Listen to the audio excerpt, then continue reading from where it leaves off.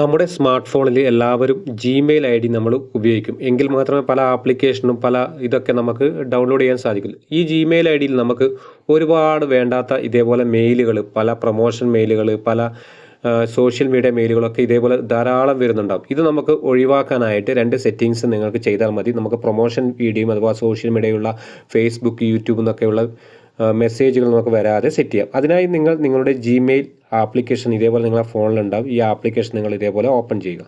Open ചെയ്തതിന് ശേഷം ഈ 3 ലൈൻസ് കാണും. ഈ ലൈൻസ് നിങ്ങൾ ക്ലിക്ക് ചെയ്യുക, മുകളിലോട്ട് സ്ക്രോൾ ചെയ്യുക. മുകളിലോട്ട് സ്ക്രോൾ ചെയ്തതിന് ശേഷം നിങ്ങൾ സെറ്റിങ്സ് എടുക്കുക. സെറ്റിങ്സ് എടുത്തതിന് ശേഷം നിങ്ങൾക്കിപ്പോൾ ഒരു 5-6 മെയിൽ ഉണ്ടെങ്കിൽ ആ മെയിലൊക്കെ ഇവിടെ കാണും. ഏത് മെയിലാണ് നിങ്ങൾക്ക് ഒരുപാട് ഇതേപോലെ മെസ്സേജ് വരുന്നത്, ആ മെയിൽ നിങ്ങൾ ഇതേപോലെ സെലക്ട് ചെയ്യുക.